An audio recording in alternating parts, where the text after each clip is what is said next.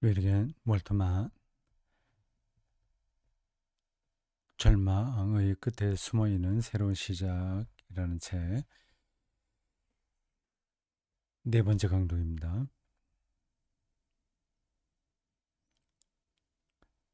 끝과 처음 이 두 단어가 그 제목에 병렬로 붙어 있습니다.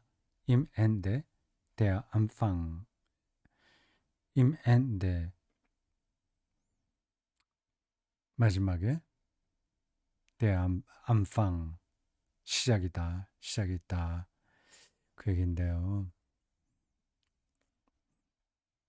세상의 모든 것들은 마지막이 있죠. 우리도 마지막을 향해서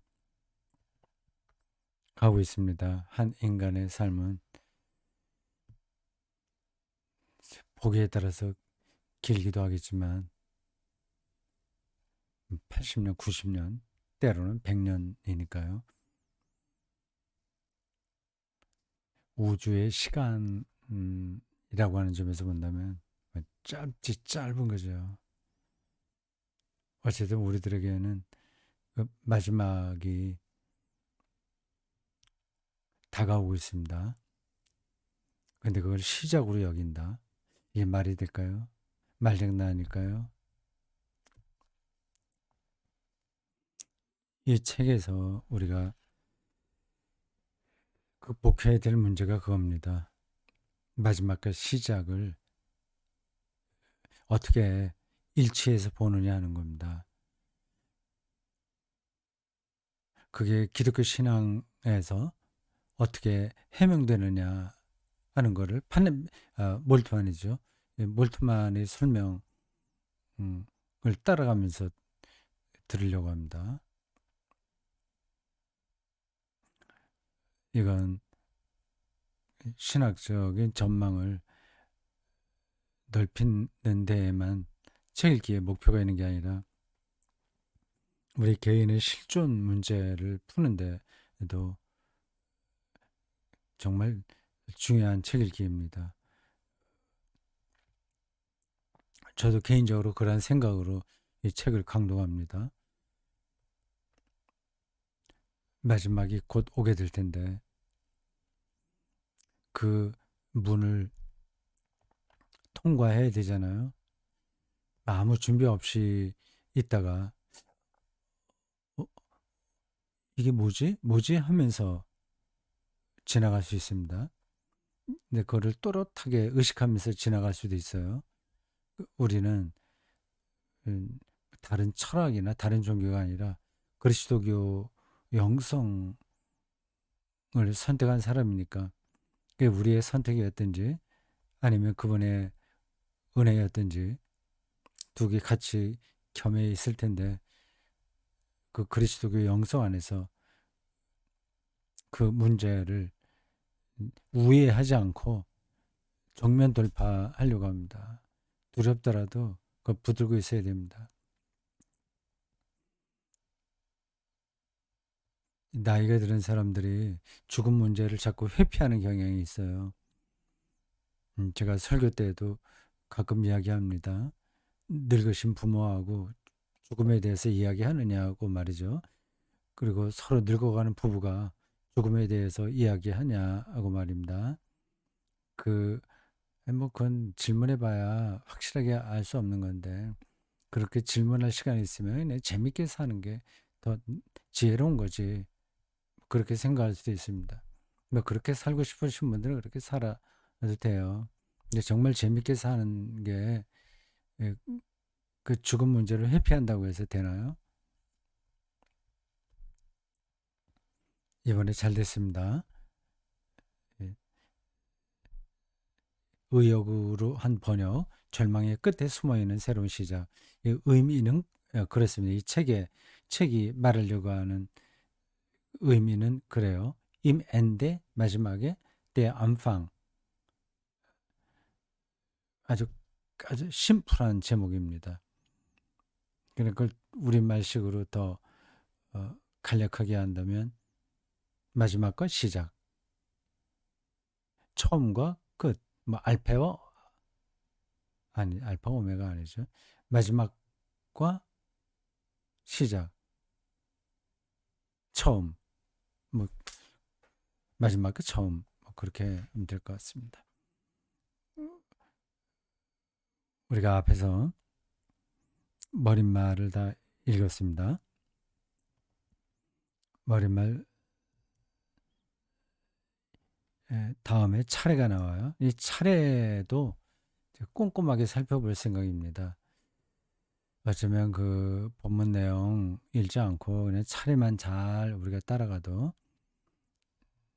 이 몰트만이 무엇을 얘기하려고 하는지 알 수 있습니다. 그래서 첫 번 강독할 때 말씀드렸듯이 이렇게 좀 진도 나가다가 다시 차례로 돌아오곤 하겠습니다. 이 책이 3부로 되어 있어요.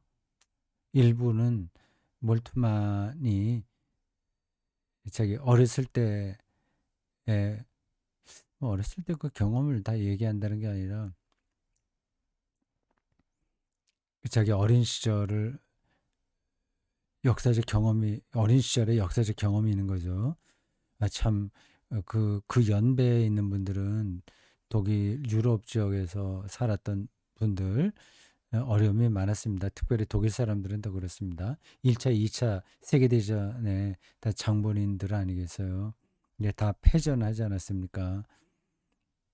그리고 다른 나라로부터 욕 직사하게 먹었고요. 그런 짐을 지고 살았는데 거기서 양심이 깨어 있는 사람들은 뭐 어떻게 자기가 그거를 막을 수도 없는 일이고 참 육체적으로도 그렇고 정신적으로도 많이 힘들었을 겁니다. 이 몰트만이 그런 시대에 살았어요. 1926년 생입니다.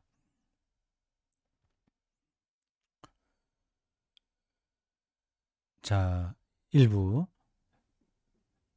3부가 중요하다고 그랬죠. 3부,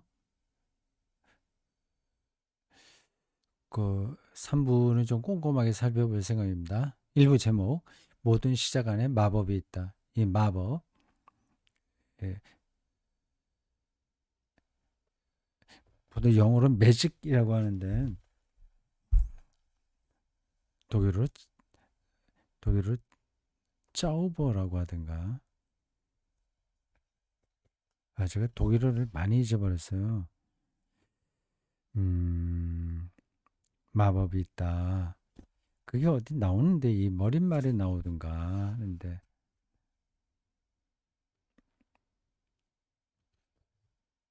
예, 지나갈까요? 아, 맞습니다. 여기 7쪽에 나오는군요. 헤르만 헤세의 시에 나온 단어입니다. 짜우버, 마법. 한 아기가 탄생하는 기적 속에 마법이 존재한다. 이게 어떤 뜻인지는 우리가 어렵지 않습니다. 마법, 이게 마술 비슷한 건데 마법, 마술 신비하다는 거죠. 생리적인 차원에서 본다고 하더라도 한 아이가 세상에 태어난다는 거는 그 전에 무수한 역사가 거기에 연결되는 거 아니겠습니까? 아주 가장 가깝게는 어머니와 아버지의 난자와 정자의 결합이고요. 조금 더 거슬러 올라갈 수 있잖아요. 할아버지 뭐 쭉 올라가서 조선까지 간다면 어디까지 올라갈까요? 까마득한 거죠. 근데 그 까마득한 세월을 거쳐서 지금 한 아기가 태어난 겁니다. 모든 아기의 출생은 마법이에요.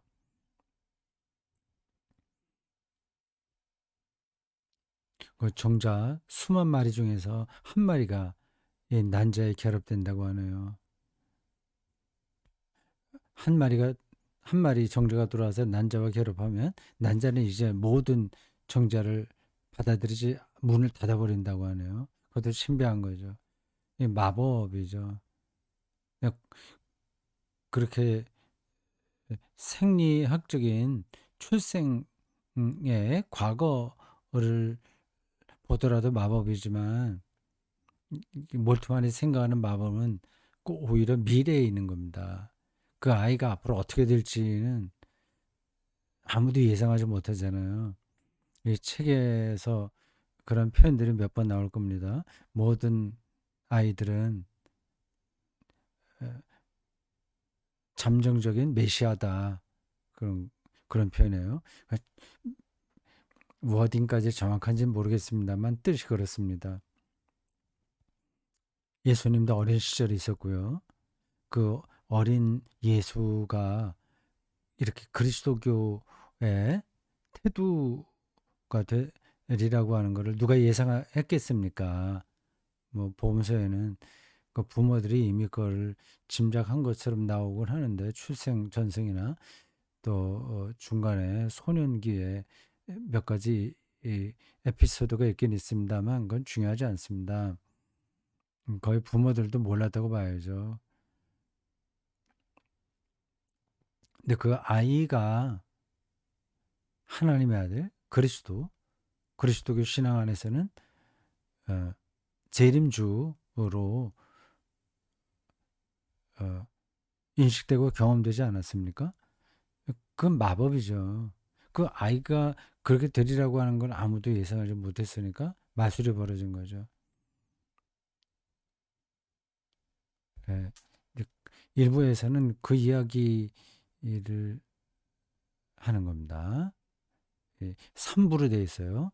그 1부는 어린아이, 2부는 이제 좀 커서 어른이 됐을 때, 4부는 다 인생이 끝마치고 그 부활 생명을 향해서 가는 시작. 그렇게 진행이 될 겁니다. 이 책을 제가 먼저 좀 보면 여러분들 화면에 나온 건 이미지 파일이라서 빨리빨리 넘기지 못해요. 그렇게 이제 3부입니다. 1부는 어린 시절입니다. 그 시작 부분이죠. 모든 시작 안에 마법이 있다. 어린아이들 출생과 그 미래가 다 마법이다. 2부는 그 어른이 돼서 살아가는 삶의 실존, 네. 그 인생이 끝나는 나의 끝 안에 나의 시작이 있다. 인생살이 전체를 얘기하고요. 3부는 죽음 이후의 문제입니다. 그렇게 3부로 나눠져 있습니다. 1부는 시작이에요. 어린이, 출생 어린이. 2부는 인간의 실존이에요. 전체 인생살이에요. 3부는 죽음 이후의 문제예요.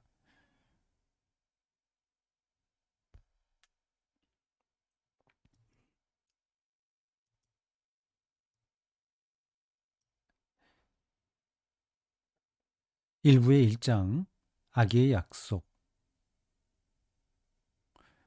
아, 아기의 약속. 어떤 때는 아기라고 하고, 1장에서. 어떤 때는 또 아이라고 번역을 했네요. 이게 독일어로 다른 건가? 단어가. 킨트일 거예요, 킨트. 보통 영어로 베이비라고 하는데, 베이비하고 킨트하고도 좀 차이가 있죠. 아기의 약속. 1. 아이의 신비에 대한 관점. 아이가 얼마나 신비롭냐. 그걸 우리는 아이들을 다 이해하지 못합니다. 아이들은 자기 경험을 진술할 줄 몰라요. 그리고 크면 되게 잊어버리죠.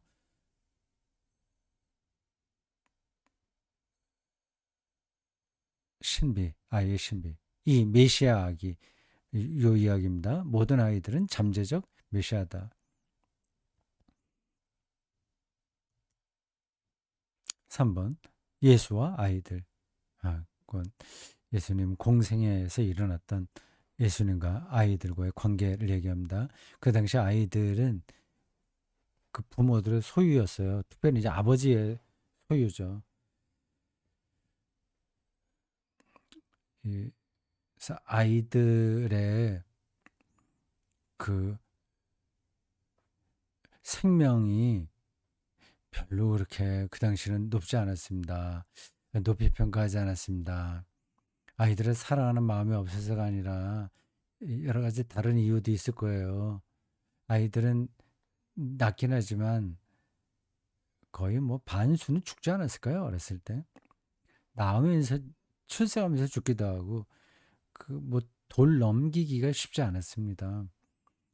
그 뒤에도 어느 정도 어, 스- 어, 안정적인 그 신체까지 이르기에는 위험 요소가 너무 많았습니다.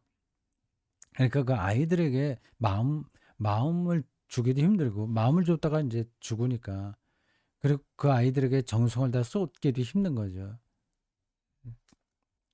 그런 그 당시 고대 사회에 그 어쩔 수 없는 상황이 있어서 아이들을 소중하게 여기지 않았는데 예수님은 완전히 다르게 판단하셨어요. 하늘나라가 어린아이의 것이고 아이들이 오는 걸 막지 말라 뭐 등등.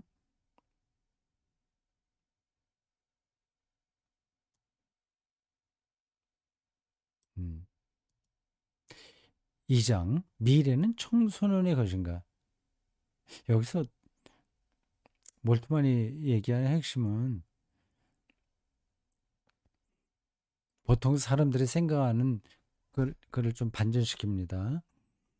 청소년 때에는 가장 꿈을 꾸고 미래가 그들에게 열려 있어서 참 멋지다고 생각하지 않습니까? 일반적으로 그렇게 생각해요.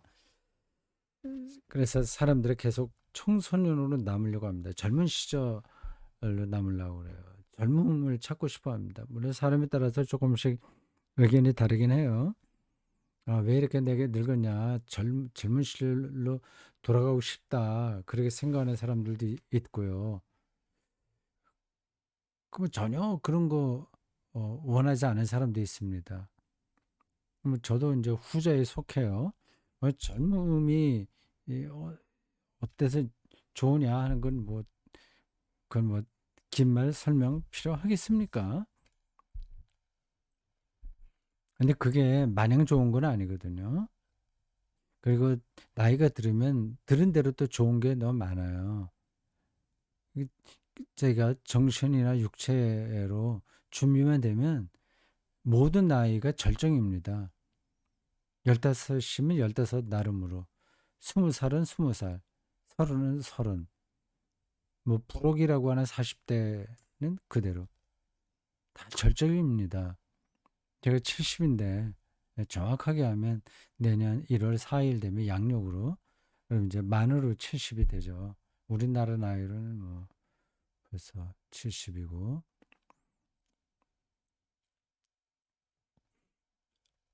근데 지금이 저는 절정이라고 생각합니다. 이건 뭐 그 어쩔 수 없으니까 그냥 받아들이는 거야가 아니라 실제로 그렇습니다. 뭐 정신적으로는 더 말할 것도 없고요. 그 노화, 자연스러운 노화는 괜찮은 거고 좀 나쁜 노화, 뭐 치매나 이런 것에 걸리지 않는 한 나이가 들어도 이 정신이 그렇게 이렇게 질이 떨어지지 않습니다. 제가 보기엔 그래요. 제가 지금까지 70살 되는데 20대보다도 지금 정신이 더 또렷하다고 생각합니다. 뭐 기억력이 더 좋다는 게 아니라 어떤 사물을 바라보는 통찰력이 더 깊어진 거죠. 그게 살아있다는 거 아니겠어요? 그 60살 때에도 좋았겠죠. 제가 한창 그 잡지 기독교 사상에 글 많이 쓰고 할 때는 50대 중반이었었는데 50대 초반부터 한 10년 동안 글 대량 생산하듯이 많이 썼습니다. 그때보다 지금이 저의 생각이 더 깊어졌다고 생각해요. 예. 그러니까 앞으로 10년 있으면 80살 아래도 특별한 문제가 생기지 않는 한 정신병 아주 그 치매 같은 그런 게 생기지 않는 한 제 뭐 정신, 영 이런 것들은 더 풍성해지리라고 생각합니다. 뭐 90살 때도 마찬가지일 거고요. 쓸데없는 말이죠. 긴데 그뭐 강조하다가 그랬어요. 육체도 마찬가지예요. 이제 30살도 안 됐을 때가 군목 들어갈 때부터 테니스를 쳤으니까 지금까지 계속 테니스를 즐기고 있습니다. 지금도 일주일에 2번씩 나가고요. 뭐 앞으로 상당한 기간 계속 나가게 될 겁니다. 60대까지는 60 정도까지는 뭐 매일 나가서 치더라도 괜찮았는데 그 뒤로는 조금 힘들었고 지금은 매일 못 칩니다. 뭐 치려면 치지만 그 하루에 나가서 많이 치지 않고 한 게임 정도만 한다면 매일 해도 되겠죠. 시간도 그렇고 거기다 마냥 쓸 수 있는 것도 아니고 하루에 한 번 나가서 2게임 정도 하면 매일 치기 힘들어요. 뭐 그거는 어쩔 수 없는 거고 그러나 이 육체가 조금 경직되고 노쇠하면 그거는 대로 받아들이면 되거든요. 그래서 전혀 지금 불편한 거 없이 삽니다. 그 30대, 40대, 60대 이때보다 제가 육체적으로 그냥 수치로 계산하면 늙긴 늙고 불편한 건 있겠으나 그냥 저는 불편하지 않다고 지금 살고 있습니다. 그냥 80대도 그렇고 90대도 마찬가지일 거예요.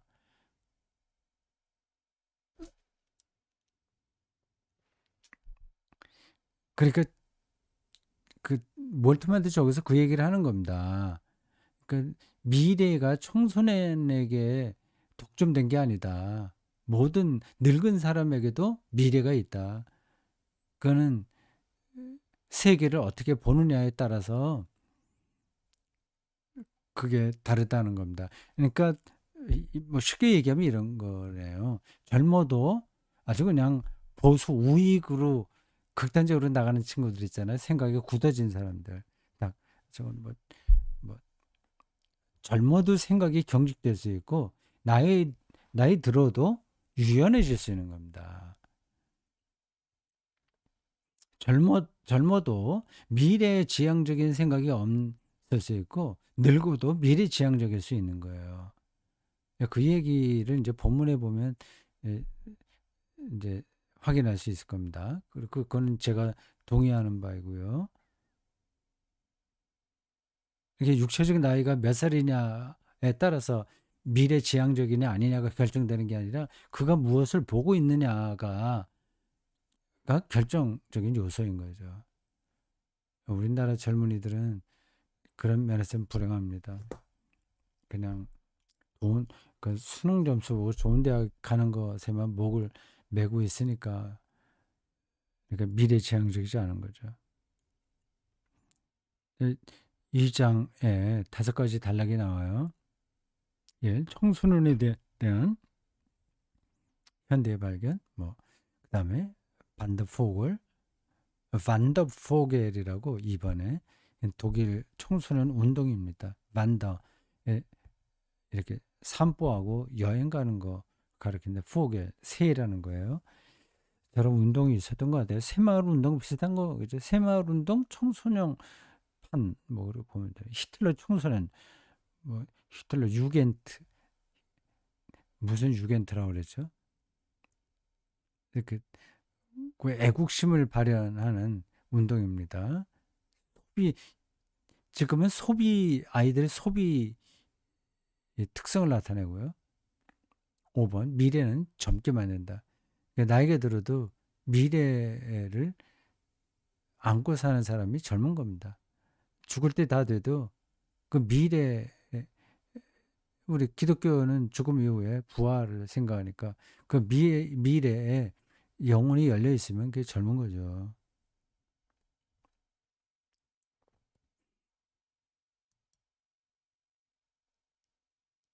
자, 차례 2번째로 갑니다.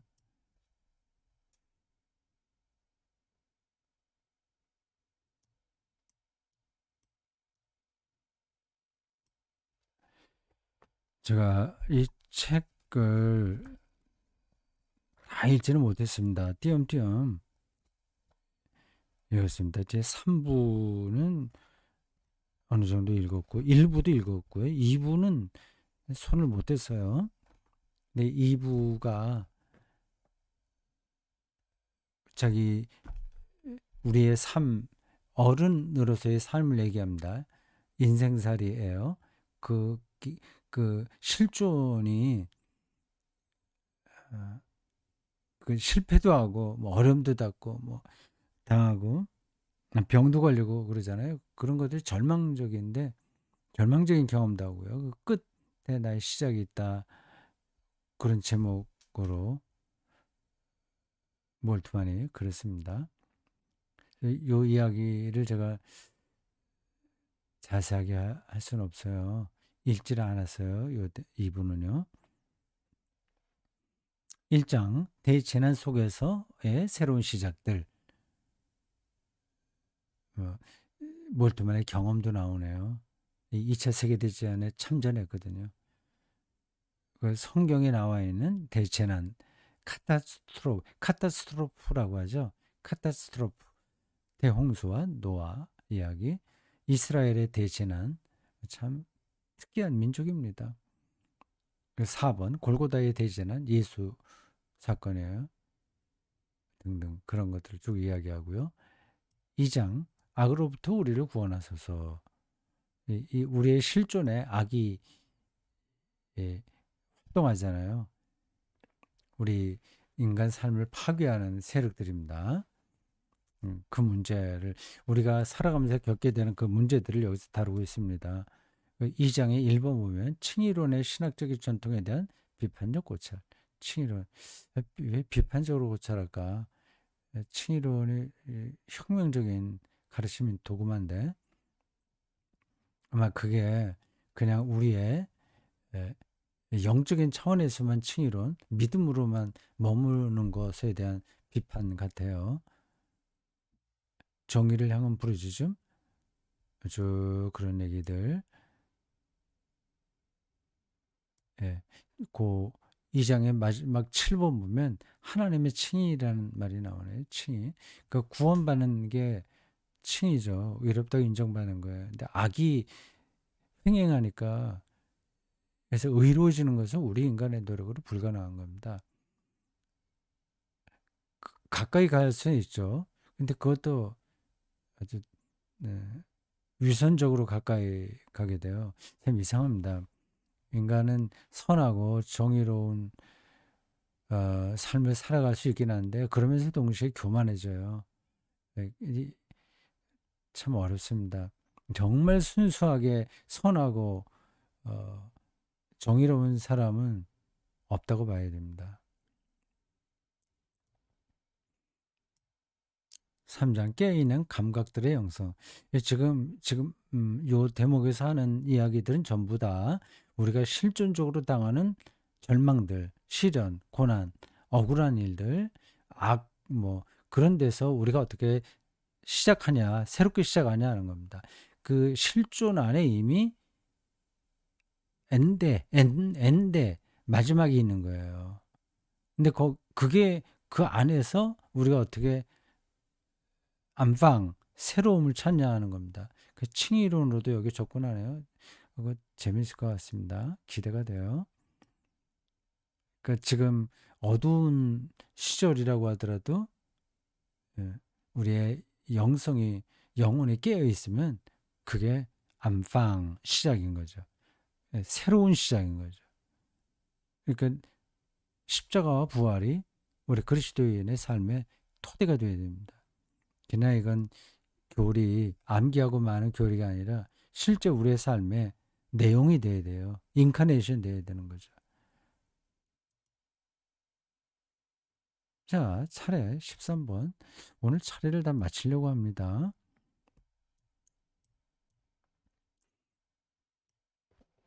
3부로 넘어갑시다.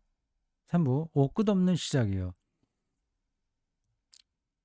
이 책을 다 정독을 했다면 이 차례만 갖고 더 길게 얘기할 수도 있을 텐데 그렇지 못한 상황이에요.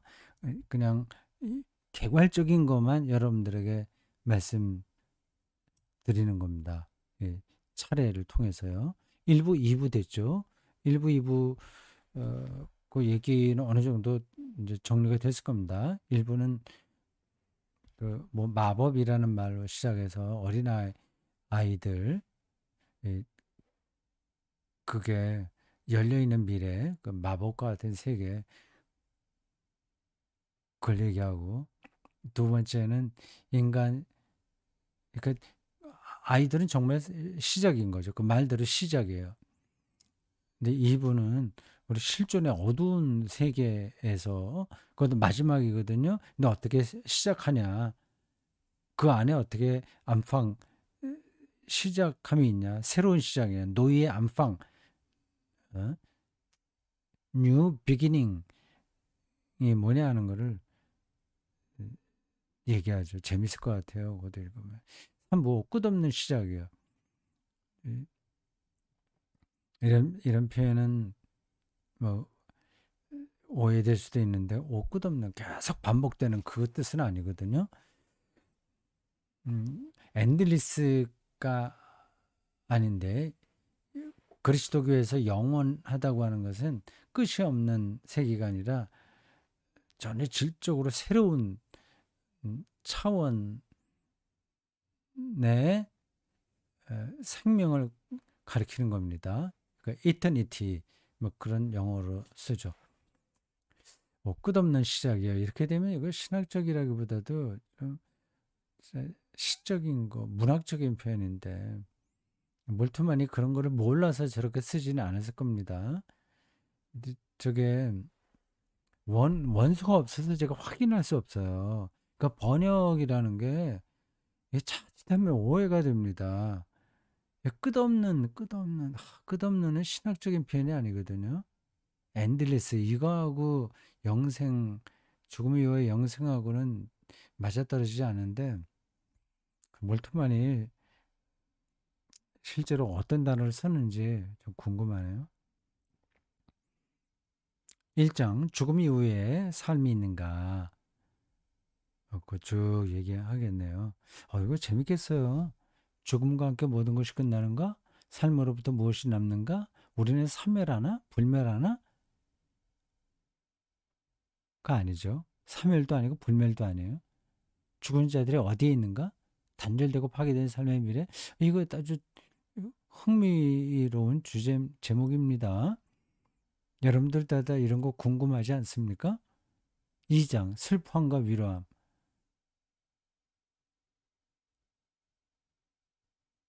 뭐 우울증도 나오네요. 슬픔과 우울증. 프로이트를 끌어들이네요. 3장 살아있는 자들과 죽은 자들의 교통. 성도의 교제. 뭐 사도신경에 나와 있는 그런 표현들입니다. 살아있는 자와 이미 죽은 자들의 교통. 커뮤니언. 이게 뭐 조상 제례도 나오고 뭐 어떤 굉장히 글을 신학 그 전통에서만 쓰지 않고 종교 사적인 관점으로도 접근하네요. 차례 마지막 단락을 보겠습니다. 14번 봐야 되나요? 14쪽인가? 차례 책을 한번 보겠습니다. 자,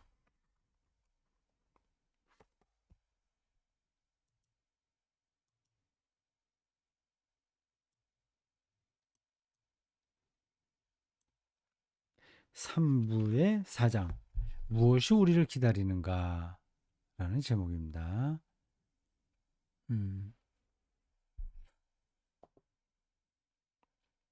이, 이 제목이 참 흥미롭죠? 아주 그 실질적인 거고요. 우리를 최후의 심판에서 무엇이 기다리나? 지옥이 위협하나? 죽은 자들 위한 구원? 만물의 회복? 5장 영원한 생명, 영생이죠. 영생을 믿습니다. 사도신경에 나와요. 무엇에 대해서 우리는 질문하는가 도대체 영생이라고 할 때. 그러니까 영생은 끝없는 앞에서 잠깐 번역에 착오가 있었을지 모른다고 표현했던 그 제목이요. 끝없는 이건 아니거든요. 영생은 영원한 생명의 시간, 영원한 생명의 장소. 이건 아주 일반 그리스도인들이 읽어도 좀 흥미로울 수 있는 겁니다. 몰트만이 이미 머릿말에서 그런 얘기를 했습니다. 신학적으로 접근하기보다는 자기의 실제 삶, 실존 뭐 그런 걸 바탕에 놓고 얘기하니까 뭐 일반 사람들도 읽을만 할 것 같아요.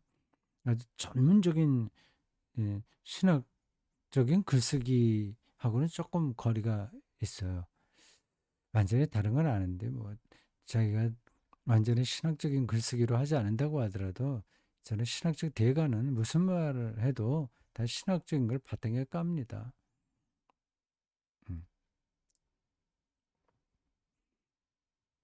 5장의 6번 보세요. 영원한 생명에 대해 이게 이 책의 핵심 주제이기도 합니다. 영원한 생명.